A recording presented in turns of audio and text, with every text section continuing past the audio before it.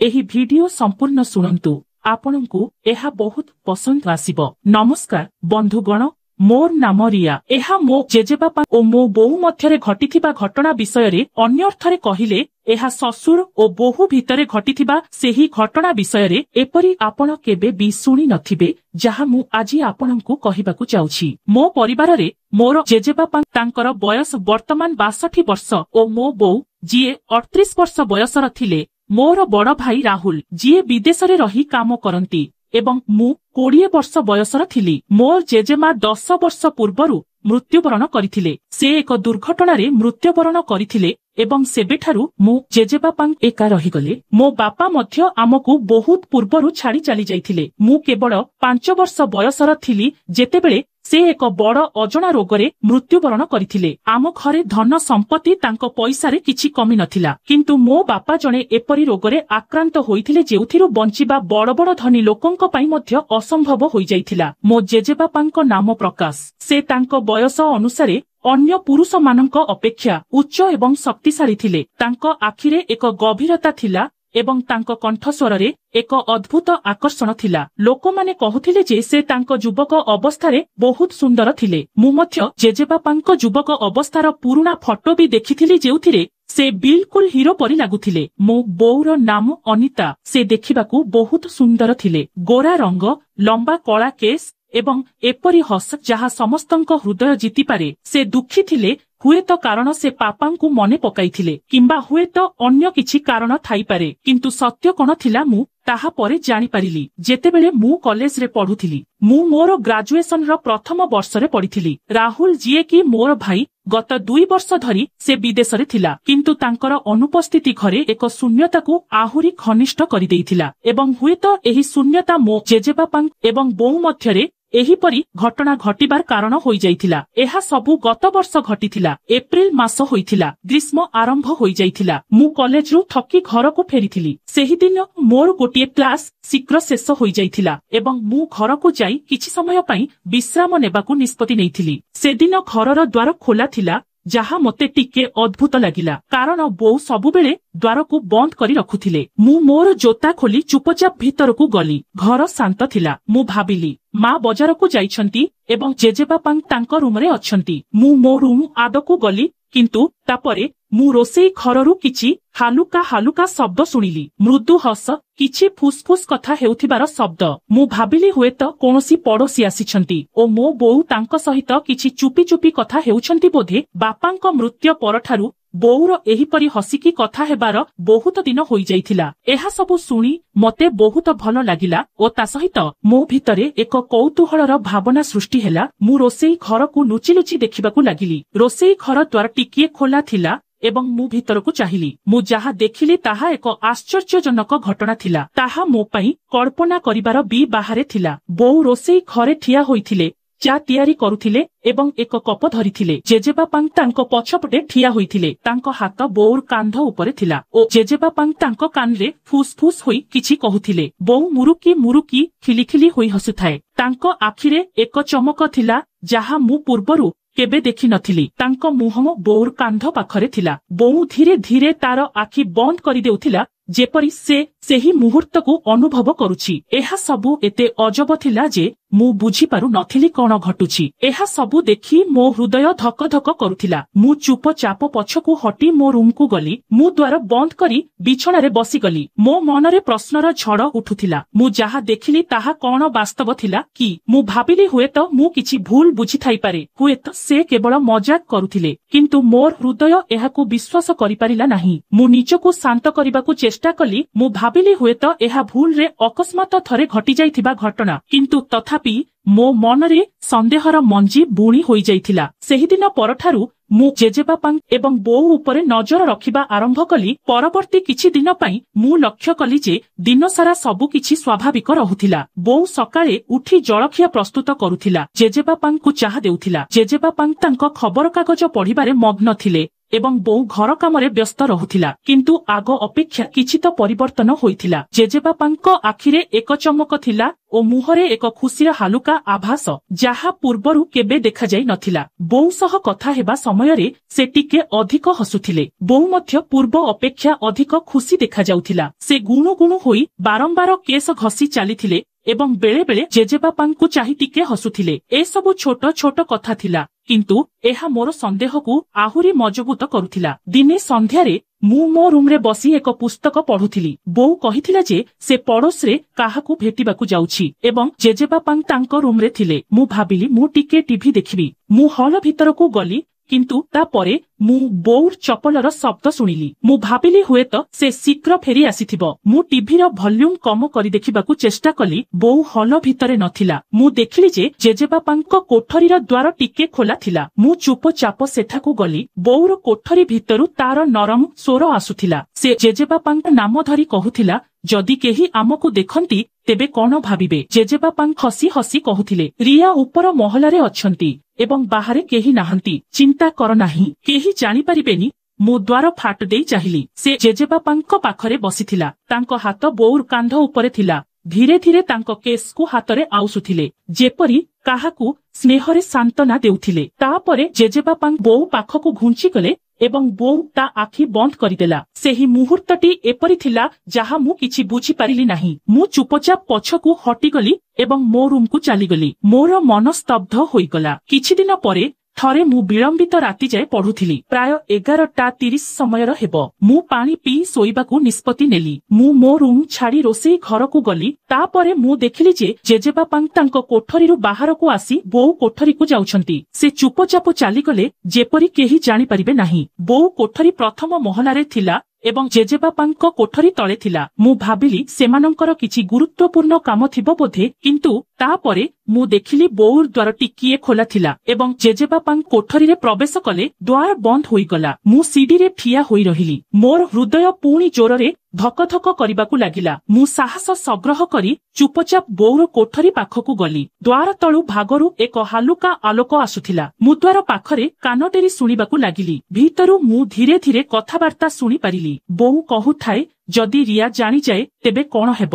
ଏହା ଶୁଣିବା ପରେ ଜେଜେବାପା ମୃଦୁ ହସି କହିଲେ, ସେ ଶୋଇଛି, ସେ କିଛି ଜାଣିନାହାନ୍ତି। ତାପରେ କିଛି ସମୟ ପାଇଁ ନୀରବତା ଛାଇ ରହିଲା ଏବଂ ତାପରେ କିଛି ଶବ୍ଦ ଶୁଭିଲା, ଯାହା ବୁଝିବା ମୋ ପାଇଁ କଷ୍ଟକର ନଥିଲା। ଏପରି ଲାଗିଲା ଯେପରି ସେମାନେ ପରସ୍ପରର ବହୁତ ନିକଟତର ଥିଲେ। ଏହାପରେ ମୁଁ ମୋ ରୁମକୁ ଦୌଡ଼ି ଚାଲିଗଲି। ମୋର ନିଶ୍ୱାସ ଭାରି ହେଉଥିଲା ଏବଂ ମୋ ଶରୀର ଥରୁଥିଲା। ଏହା କଣ ଥିଲା? ସବୁକିଛି ମୋ ଆଖି ଆଗରେ ଝଲସି ଉଠିଲା। ରୋଷେଇ ଘରର ସେହି ମୁହୂର୍ତ୍ତ, ସେହି ନିକଟର ଶବ୍ଦ ଏବଂ ଏବେ ରାତିର ଏହି ନୀରବତା। ମୁଁ ଶୋଇପାରିଲି ନାହିଁ। ମୁଁ କ୍ରୋଧରେ ଭରି ଯାଇଥିଲି ଓ ମୁଁ ଲଜ୍ଜିତ ହେଉଥିଲି, କିନ୍ତୁ ଏକ ଅଦ୍ଭୁତ ଆକର୍ଷଣ ମଧ୍ୟ ଭିତରେ ଆସୁଥିଲା। ମୋ ସହିତ ଏହା କଣ ଘଟୁଛି ତାହା ମୁଁ ବୁଝିପାରୁନଥିଲି। ପରଦିନ ମୁଁ କଲେଜ ଗଲି, କିନ୍ତୁ ମୋର ମନ ଦୁଃଖିତ ଥିଲା। ମୋ ସାଙ୍ଗମାନେ ପଚାରିଲେ ମୁଁ କାହିଁକି ଦୁଃଖିତ, କିନ୍ତୁ ମୁଁ କିଛି କହିଲି ନାହିଁ। ମୁଁ କେବଳ ଭାବୁଥିଲି କଣ କରିବି। ମୁଁ ବୋଉକୁ କିମ୍ବା ଜେଜେବାପାଙ୍କୁ ପଚାରିବା ଉଚିତ କି, କିନ୍ତୁ ମୋର ସାହସ ହେଉନଥିଲା। ଏବଂ ତାପରେ ଏକ ଅଦ୍ଭୁତ ଘଟଣା ଘଟିଲା। ଯେତେବେଳେ ମୁଁ ସେହି ରାତିର କଥା ମନେ ପକାଏ, ମୋ ଶରୀରେ ଏକ ଅଦ୍ଭୁତ ଉଷ୍ଣତା ଭରି ହୋଇଯାଉଥିଲା। ମୋ ମନରେ କିଛି ଅଦ୍ଭୁତ ଚିନ୍ତା ଆସିବା ଆରମ୍ଭ କଲା। ମୁଁ ଭାବୁଥିଲି, ଏହା କଣ ଭୁଲ? ସମସ୍ତଙ୍କୁ କଣ ପ୍ରେମ ଏବଂ ନିକଟତରତା ଆବଶ୍ୟକ ନୁହେଁ? ଏବଂ ତାପରେ ମୋ ମନରେ ଏକ ଅଜବ ଚିନ୍ତା ଆସିଲା। ମୋତେ ଏପରି ଲାଗିଲା ଯେ ମୋର ମଧ୍ୟ କାହାର ଆବଶ୍ୟକତା ଅଛି। ମୁଁ ମୋ ସାଙ୍ଗ ରୋହନ ପ୍ରତି ଧ୍ୟାନ ଦେବାକୁ ଆରମ୍ଭ କଲି। ସେ କଲେଜରେ ପ୍ରାୟତଃ ମୋ ସହିତ କଥା ହେଉଥିଲା। ତାଙ୍କ ଆଖିରେ ସେହି ଚମକ ଥିଲା ଯାହା ମୁଁ ଅଜାଙ୍କ ଆଖିରେ ଦେଖିଥିଲି। ସେ ହସୁଥିଲେ, ମୋ ସହିତ ମଜା କରୁଥିଲେ ଏବଂ ଅନେକ ସମୟରେ ମୋ ପାଖକୁ ଆସିବାକୁ ଚେଷ୍ଟା କରୁଥିଲେ। ପ୍ରଥମେ ମୁଁ ତାଙ୍କୁ ଦୂରେଇ ରଖୁଥିଲି, କିନ୍ତୁ ଏବେ ମୁଁ ପ୍ରତିରୋଧ କରିପାରିଲି ନାହିଁ। ଗୋଟିଏ ଦିନ ଆମେ କଲେଜ ପରେ ପାର୍କରେ ବସିଥିଲୁ। ସେ ମୋ ପାଖକୁ ଆସିଲେ। ମୁଁ ଏକ ଅଦ୍ଭୁତ କମ୍ପନ ଅନୁଭବ କଲି। ସେ ମୋ କାନରେ ଫୁସଫୁସ କରି କହିଲେ, ମୁଁ ବହୁତ ସୁନ୍ଦର ଦେଖାଯାଉଛି ବୋଲି। ମୁଁ କିଛି କହିଲି ନାହିଁ, କେବଳ ତାଙ୍କ ଆଖିକୁ ଚାହିଁ ରହିଲି ଏବଂ ତାପରେ ମୁଁ ନିଜକୁ ତାଙ୍କ ପାଖକୁ ଯିବାକୁ ଦେଲି। ସେହିଦିନ ପରେ ରୋହନ ଏବଂ ମୋ ମଧ୍ୟରେ କିଛି ପରିବର୍ତ୍ତନ ଦେଖାଦେଲା। ସେ ମୋତେ ମେସେଜ କରୁଥିଲେ ଏବଂ ବିଳମ୍ବିତ ରାତି ପର୍ଯ୍ୟନ୍ତ କଥା ହେଉଥିଲେ। ଆମେ କଲେଜ ପରେ ପ୍ରାୟତଃ ଭେଟିବା ଆରମ୍ଭ କଲୁ। ଥରେ ସେ ମୋତେ ତାଙ୍କ ଘରକୁ ନିମନ୍ତ୍ରଣ କଲେ। ତାଙ୍କ ପରିବାର ବାହାରେ ଥିଲେ। ମୁଁ ଯାଇଥିଲି। ଆମେ ତାଙ୍କ ରୁମରେ ବସିଲୁ। ସେ ମୋ ପାଖକୁ ଆସିଲେ ଏବଂ ଯେବେ ସେ ନିକଟତର ହେଲେ ସେତେବେଳେ ତାଙ୍କ ନିଶ୍ୱାସ ମୁଁ ଅନୁଭବ କରିପାରୁଥିଲି, କିନ୍ତୁ ମୁଁ କୌଣସି ପ୍ରତିରୋଧ କଲି ନାହିଁ। ତାପରେ ବହୁତ କିଛି ଘଟିଗଲା। ସେହି ମୁହୂର୍ତ୍ତଟି ମୋତେ ଭୁଲ ଲାଗିଲା, କିନ୍ତୁ ମନରେ ଏହା ଏକ ଅଦ୍ଭୁତ ଆଶ୍ୱସ୍ତି ମଧ୍ୟ ଆଣିଲା। ଧୀରେ ଧୀରେ ମୁଁ ରୋହନ ସହିତ ଅଧିକ ସମୟ ବିତାଇବା ଆରମ୍ଭ କଲି। ଆମେ କଲେଜ ପରେ କୌଣସି ସ୍ଥାନକୁ ବାହାରକୁ ଯାଉଥିଲୁ। ସେ ମୋତେ ତାଙ୍କ ବନ୍ଧୁମାନଙ୍କ ସହିତ ପରିଚିତ କରାଇଲେ ଏବଂ ମୁଁ ତାଙ୍କ ଦୁନିଆରେ ହଜିଯିବା ଆରମ୍ଭ କଲି। କିନ୍ତୁ ଅଜା ଏବଂ ବୋଉଙ୍କ ଚିନ୍ତା ସବୁବେଳେ ମୋ ମନରେ ଘୁରି ବୁଲୁଥାଏ। ମୁଁ ଭାବିଲି, ଯଦି ସେ ଏହା କରିପାରନ୍ତି ତେବେ ଏହା ମୋ ପାଇଁ ମଧ୍ୟ ଭୁଲ ନୁହେଁ। ମୁଁ ନିଜକୁ ବୁଝାଇବାକୁ ଚେଷ୍ଟା କଲି ଯେ ଏହା ସବୁ ସାଧାରଣ କଥା, ଏଥିରେ କୌଣସି ଭୁଲ ନାହିଁ। କିନ୍ତୁ କେଉଁଠି ନା କେଉଁଠି ମୋର ମନ ଭିତରେ ଏକ ଭାଗ ଚିତ୍କାର କରୁଥିଲା, ମୁଁ ଭୁଲ ରାସ୍ତାରେ ଯାଉଥିଲି। ଗୋଟିଏ ରାତିରେ ମୁଁ ଘରକୁ ଫେରି ଆସିଲି। ବୋଉ ଏବଂ ଜେଜେବାପାଙ୍କ ହଲରେ ବସିଥିଲେ। ବୋଉ ଜେଜେବାପାଙ୍କ ପାଇଁ ଚାହା ତିଆରି କରୁଥିଲେ ଏବଂ ଜେଜେବାପା ସେମାନଙ୍କ ଉପରେ ହସୁଥିଲେ। ମୁଁ ଦେଖିଲି ଯେ ବୋଉର ଶାଢୀର କାନି ଟିକେ ତଳକୁ ଖସି ଯାଇଥିଲା ଏବଂ ଜେଜେବାପାଙ୍କ ନଜର ସେଠାରେ ସ୍ଥିର ହୋଇଯାଇଥିଲା। ବୋଉ ଧୀରେ ଧୀରେ ତାଙ୍କ କେଶ ସଜାଡ଼ିଲେ ଏବଂ ଜେଜେବାପା ତାଙ୍କ ହାତ ତା ଆଡକୁ ବଢାଇଲେ। ମୁଁ ଚୁପଚାପ ମୋ ରୁମକୁ ଗଲି, କିନ୍ତୁ ସେହି ଦୃଶ୍ୟ ମୋ ମନରୁ ଲିଭି ନଥିଲା। ଏବଂ ତାପରେ ସେହି ରାତିରେ ରୋହନ ମୋତେ ଏକ ମେସେଜ ପଠାଇଲା। ସେ ଲେଖିଲା, ମୁଁ ଆଜି ବହୁତ ସୁନ୍ଦର ଦେଖାଯାଉଛି ବୋଲି ମୁଁ ଇଚ୍ଛା କରେ ତୁମେ ମୋ ସହିତ ରହିଥାନ୍ତ କି? ମୁଁ ଉତ୍ତର ଦେଲି, ମୁଁ ଇଚ୍ଛା କରେ ମୁଁ ମଧ୍ୟ ତୁମ ସହିତ ଥାଆନ୍ତୁ। ଏବଂ ସେହି ରାତିରେ ମୁଁ ନିଜକୁ ସମ୍ପୂର୍ଣ୍ଣ ଭାବରେ ପରିବର୍ତ୍ତନ ହୋଇଥିବା ଅନୁଭବ କଲି। କିଛି ମାସ ବିତିଗଲା। ମୁଁ ରୋହନ ସହିତ ମୋ ରାସ୍ତାରେ ଯାଉଥିଲି ଏବଂ ଜେଜେବାପା ଓ ବୋଉ ସେମାନଙ୍କ ରାସ୍ତାରେ ଯାଉଥିଲେ। ରୋହନ ସହିତ ମୋର ଘନିଷ୍ଠତା ଏକ ଅଭ୍ୟାସରେ ପରିଣତ ହୋଇଯାଇଥିଲା। ମୁଁ ଦିନରେ କଲେଜ ଯାଉଥିଲି, କିନ୍ତୁ ମୋର ମନ ଅନ୍ୟତ୍ର ଥାଏ। କ୍ଲାସରେ ବସି ମୁଁ ରୋହନର ବାର୍ତ୍ତା ପଢି ତାଙ୍କ କଥାରେ ହଜି ଯାଉଥିଲି। ପ୍ରତିଦିନ ସେ ଏପରି କିଛି କହୁଥିଲେ ଯାହା ମୋ ହୃଦୟକୁ ଛୁଇଁ ଯାଉଥିଲା। ଗୋଟିଏ ଦିନ ସେ ମୋତେ ପୁଣି ତାଙ୍କ ଘରକୁ ନିମନ୍ତ୍ରଣ କଲେ। ମୁଁ ଗଲି। ତାଙ୍କ କୋଠରୀରେ ଆଲୋକ କମ ଥିଲା ଏବଂ ଏକ ଅସ୍ୱସ୍ତିକର ନୀରବତା ଥିଲା। ସେ ମୋ ପାଖକୁ ଆସିଲେ। ମୁଁ କିଛି କହିଲି ନାହିଁ। ମୁଁ କେବଳ ନିଜକୁ ତାଙ୍କ ପାଖକୁ ଯିବାକୁ ଦେଲି। ସେହି ମୁହୂର୍ତ୍ତଟି ଏପରି କିଛି ଥିଲା ଯାହା ମୋତେ ପ୍ରତ୍ୟେକ ଥର ଏକ ଅଲଗା ଦୁନିଆକୁ ନେଇଯାଉଥିଲା। ମୁଁ ଆଖି ବନ୍ଦ କରି ତାଙ୍କୁ ଅନୁଭବ କଲି। ମୋ ମନରେ ଏକ ପ୍ରଶ୍ନ ଉଠିଲା, ଏହା କଣ ସମାନ ଭାବନା ଯାହା ବୋଉକୁ ଜେଜେବାପାଙ୍କ ପାଖକୁ ନେଇଯାଏ? କିନ୍ତୁ ମୁଁ ଏହାକୁ ଚାପି ରଖିଲି। ସେହିଦିନ ପରେ ମୁଁ ଆହୁରି ଗଭୀରରୁ ଗଭୀରକୁ ଚିନ୍ତାରେ ବୁଡ଼ିଗଲି। ରୋହନ ମୋ ପାଇଁ ସବୁକିଛି ହୋଇଯାଇଥିଲା। ମୁଁ ବିଳମ୍ବିତ ରାତି ପର୍ଯ୍ୟନ୍ତ ତାଙ୍କ ସହିତ ବାହାରେ ରହୁଥିଲି ଏବଂ କେବେ ଘରକୁ ଫେରିବାକୁ ଇଚ୍ଛା କରୁନଥିଲି। ଘରର ପରିବେଶ ଆହୁରି ଅଜବ ହୋଇଯାଇଥିଲା। ବୋଉ ଏବଂ ଜେଜେବାପାଙ୍କ ମୋ ଚାରିପାଖରେ କମ ସତର୍କ ହୋଇଯାଉଥିଲେ। ମୁଁ ମୋ ହୃଦୟରେ କ୍ରୋଧ ଅନୁଭବ କରୁଥିଲି, କିନ୍ତୁ ଏକ ଅଦ୍ଭୁତ ଆକର୍ଷଣ ମଧ୍ୟ ଅନୁଭବ କରୁଥିଲି। ମୁଁ ଭାବୁଥିଲି ଯେ ସେ ଆଉ ଭୟଭୀତ ନୁହନ୍ତି କି? ସେ କଣ ଭାବୁଥିଲେ ଯେ ମୁଁ କିଛି ଜାଣିନାହିଁ?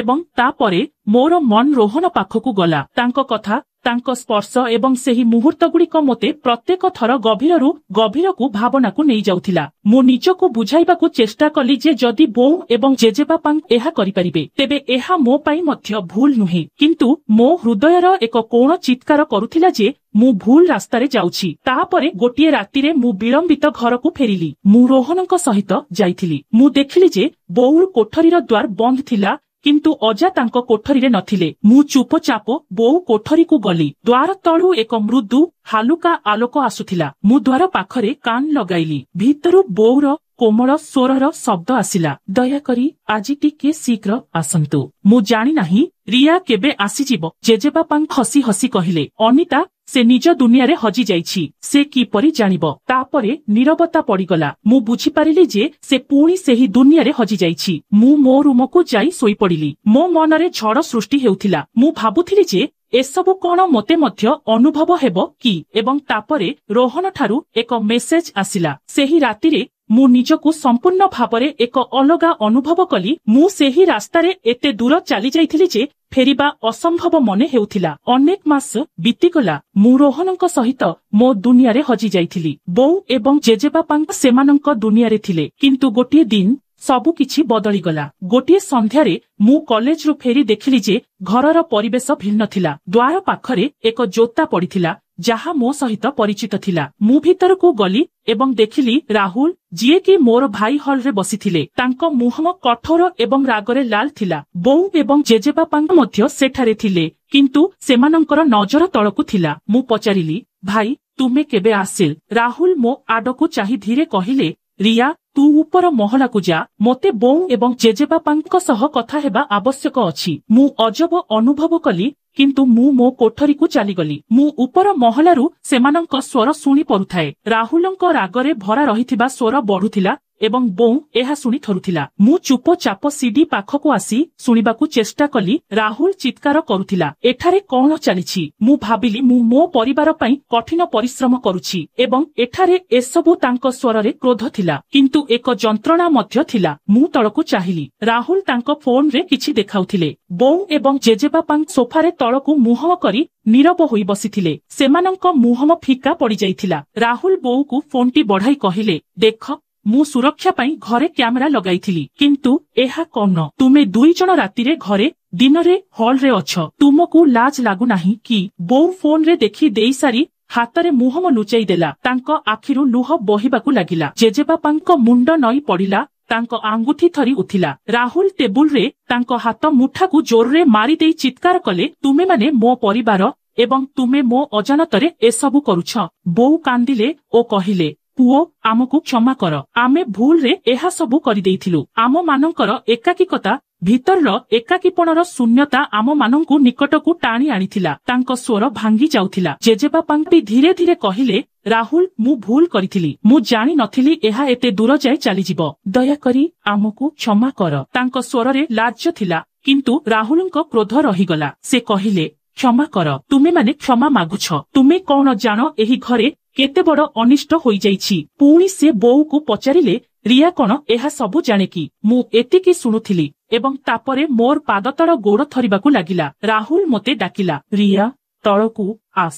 ମୁଁ ଭୟଭୀତ ହୋଇ ତଳକୁ ଗଲି। ରାହୁଲ ମୋତେ ଚାହିଁ କହିଲା, ରିୟା, ମୋତେ କହ, ଏହା କେତେ ଦିନ ହେଲାଣି ଚାଲିଛି ଏବଂ ତୁମେ କେତେ ଦୂର ଭୁଲ ବାଟରେ ଚାଲିଗଲ? ମୁଁ କାନ୍ଦିବାକୁ ଲାଗିଲି। ମୁଁ ତାକୁ ସବୁ କିଛି କହିଲି। ରୋଷେଇ ଘରର ସେହି ମୁହୂର୍ତ୍ତ, ରାତିର ନୀରବତା ଏବଂ ରୋହନ ସହିତ ମୋର ଭୁଲ। ରାହୁଲର ମୁହଁ ଲାଲ ହୋଇଗଲା। ସେ ତାଙ୍କ ମୁଣ୍ଡରେ ହାତ ରଖିଦେଇ କହିଲେ, ଏହା ମୋର ପରିବାର। ମୁଁ ସାରା ଦିନ ବିଦେଶରେ କଠିନ ପରିଶ୍ରମ କରେ। ମୋ ପରିବାରକୁ ଟଙ୍କା ରୋଜଗାର କରିଦେବି, ଯାହା ଫଳରେ ସେମାନେ ଖୁସିରେ ଚଳିବେ, ହେଲେ ଏଠାରେ ସବୁକିଛି ନଷ୍ଟ ହେଉଛି। ବୋଉ ରାହୁଲର ଗୋଡ଼ ଧରିନେଲା ଓ କାନ୍ଦି କାନ୍ଦି କହିଲା, ପୁଅ, ଆମକୁ ଏକ ସୁଯୋଗ ଦିଅ, ଆମେ ସୁଧୁରିବୁ। ଜେଜେବାପା ମଧ୍ୟ ହାତ ଯୋଡ଼ି କହିଲେ, ରାହୁଲ, ମୁଁ ବୁଢା ଲୋକଟେ, ଏହା ମୋର ଭୁଲ ଥିଲା। ମୋତେ ଦଣ୍ଡ ଦିଅ, କିନ୍ତୁ ଦୟାକରି ଏହି ଘରକୁ ବଞ୍ଚାଅ। ରାହୁଲ ମୁହଁ ଫେରାଇଲେ। ତାଙ୍କ ଆଖିରୁ ଲୁହ ଝରିଲା, କିନ୍ତୁ ତାଙ୍କ କ୍ରୋଧ ଅତୁଟ ରହିଲା। ସେ କହିଲେ, ନା, ଏହା କ୍ଷମା କରିବାର କଥା ନୁହେଁ। ଏହା ଏକ ଅପରାଧ ଏବଂ ଏଥିପାଇଁ ଆପଣଙ୍କୁ ଦଣ୍ଡ ଦିଆଯିବ। ପରଦିନ ସକାଳେ ରାହୁଲ ପୋଲିସକୁ ଡାକିଲେ। 2 ଜଣ ପୋଲିସ ଅଧିକାରୀ, ଜଣେ ଇନ୍ସପେକ୍ଟର ଏବଂ ଜଣେ କନଷ୍ଟେବଳ ଘରକୁ ଆସିଲେ। ରାହୁଲ ତାଙ୍କ ଫୋନରେ କ୍ୟାମେରା ଫୁଟେଜ ଦେଖାଇଲେ। ଇନ୍ସପେକ୍ଟର ଫୁଟେଜ ଦେଖି କହିଲେ, ଏହା ଏକ ଗମ୍ଭୀର ବିଷୟ। ଆମକୁ ଏ 2 ଜଣଙ୍କୁ ପୋଲିସ ଷ୍ଟେସନକୁ ନେବାକୁ ପଡିବ। ମା ଏବଂ ଜେଜେବାପା ଚୁପ୍ ବସିଗଲେ। ମାଙ୍କ ଆଖିରୁ ଲୁହ ବୋହି ଯାଉଥିଲା ଏବଂ ଜେଜେବାପାଙ୍କ ମୁହଁ ପଥର ପରି କଠିନ ଥିଲା। ପୋଲିସ ଉଭୟଙ୍କୁ ହାତକଡ଼ି ପିନ୍ଧାଇଲା। ବୋଉ ମୋତେ ଚାହିଁ ଧୀରେ ଧୀରେ କହିଲେ, ରିୟା, ଦୟାକରି ଆମକୁ କ୍ଷମା କର। କିନ୍ତୁ ମୁଁ କିଛି କହିପାରିଲି ନାହିଁ। ପଡୋଶୀମାନେ ବାହାରକୁ ଆସିଲେ ଏବଂ ଲୋକମାନେ ଫୁସ୍ ଫୁସ୍ କରି କହିବାକୁ ଲାଗିଲେ। ବୋଉ ଏବଂ ଜେଜେବାପାଙ୍କୁ ପୋଲିସ ଗାଡିରେ ବସାଇ ଦିଆଗଲା। ରାହୁଲ ମୋ ପାଖକୁ ଆସି କହିଲେ, ରିୟା, ଏହା ଠିକ। ସେମାନଙ୍କୁ ସେମାନଙ୍କର ଭୁଲ ପାଇଁ ଦଣ୍ଡ ମିଳିବା ଉଚିତ। ମୁଁ କେବଳ ନୀରବରେ କାନ୍ଦିଲି। କିଛି ଦିନ ପରେ ମାମଲା କୋର୍ଟକୁ ଗଲା। ବିଚାରପତି ଫୁଟେଜ ଦେଖିଲେ ଏବଂ ଉଭୟଙ୍କୁ ଦୋଷୀ ସାବ୍ୟସ୍ତ କଲେ। ଜେଜେବାପାଙ୍କୁ 2 ବର୍ଷ ଜେଲ ଦଣ୍ଡ ଦିଆଯାଇଥିଲା ଏବଂ ବୋଉକୁ 1 ବର୍ଷ। ବିଚାରପତି କହିଲେ ଯେ ଏହା କେବଳ ଏକ ନୈତିକ ଭୁଲ ନୁହେଁ, ବରଂ ଆଇନର ଉଲ୍ଲଂଘନ। ସମାଜରେ ଏପରି ସମ୍ପର୍କକୁ ସହ୍ୟ କରାଯାଇପାରିବ ନାହିଁ। ଯେତେବେଳେ ବୋଉ ଏବଂ ଜେଜେବାପା ଜେଲ ଗଲେ, ଘର ନୀରବ ହୋଇଗଲା। ରାହୁଲ ମୋ ପାଖରେ ବସି କହିଲେ, ରିୟା, ମୁଁ ଜାଣେ ତୁ ବହୁତ କିଛି ଦେଖିଛୁ। ତୁ ମଧ୍ୟ ଭୁଲ ବାଟରେ ଚାଲି ଯାଇଛୁ, କିନ୍ତୁ ଏବେ ବି ସମୟ ଅଛି। ମୁଁ କାନ୍ଦି କହିଲି, ଭାଇ, ମୁଁ ଭୁଲ ବାଟରେ ଚାଲି ଯାଇଛି। ଦୟାକରି ମୋତେ କ୍ଷମା କର। ରାହୁଲ ମୋ କାନ୍ଧରେ ହାତ ରଖି କହିଲେ, रिया मु तुमर भाई मु तुमको केबे एका छाड़िबी नाही किंतु आमको बुझिबाकू पड़िबो जे भूल रास्ता केवल विनाश आड़कू नहीं जाए। सेही दिन परे राहुल मते मोर पाठपढ़ा उपरे ध्यान देबाकू बाध्य कले। मु रोहन सहित समस्त जोगाजोग बंद करिदेली। धीरे धीरे मु मो जीवन को पुणी थरे रास्ता को आनिबाकू चेष्टा करिबाकू लागिली किंतु जहा घटिथिला ताहा केबे मो हृदयरू लिभि नथिला। बंधुगण एही कहानीटी मो परिवार विषय थिला। एथिरे भूल जंत्रणा एवं एक शिक्षा थिला। मु आपनंकु कहिबाकू चाहुछि जे जदि आम चारि पाखरे केही भूल रास्तारे जाउछंती तेबे आमे सेमानंकु दंड देबा पूर्वरु सेमानंकु बुझाइबा उचित। समस्तंकु प्रेम एवं निकटतरता आवश्यक किंतु सेमानंकु सठिक रास्तारे मार्गदर्शन करिबा आमर दायित्व। जदि आमे सठिक समयरे काहाकू रोकी थाउ तेबे हुए तो एक परिवार भांगी जिबारु रक्षा करा जाई परिबो। एठारे मु जानिथिली मो भाई जेउ निष्पत्ति नेला ताहा ठीक नथिला। बोउ एवं जेजेबापांकु सुधुरिबार सुजोग देबा उचित थिला। अनेक समयरे मनीष एहिपरि भूल करि बसिथाए किंतु एही कथाकू निज घर भितरे रखी एहाकू समाधान करिबा उचित थिला। एही घटना आमकू शिखाए जे भूलगुड़िक मनीषर किंतु आमे निजकू सेगुड़िकू संशोधन करिबार सुजोग मध्य देबा उचित। तेणु बंधुगण एहा मोर कहानी थिला। मु आशा करुछि आपनंकु मध्य एहा बहुत पसंद आसीथिबो। जदि तुमे एही कहानी उपभोग करिछ दयाकरी एहाकू लाइक कर, एहाकू तुमर बंधु मानक सहित शेयर करंतु एवं तळे थिबा कमेंट बॉक्स रे एहा विषय सबुठारु अधिक कौन पसंद आसीछि ताहा जणांतु। एवं हाँ जदि आपण पूर्वरु मो चैनल को सब्सक्राइब करिनाहंती दयाकरी एबे एहा करिनियंतु जहाद्वारा आपण एपरी आकर्षणीय भिडियो देखिबा जारी रखिपारिबे। परवर्ती भिडियो रे देखा हेबो। नमस्कार।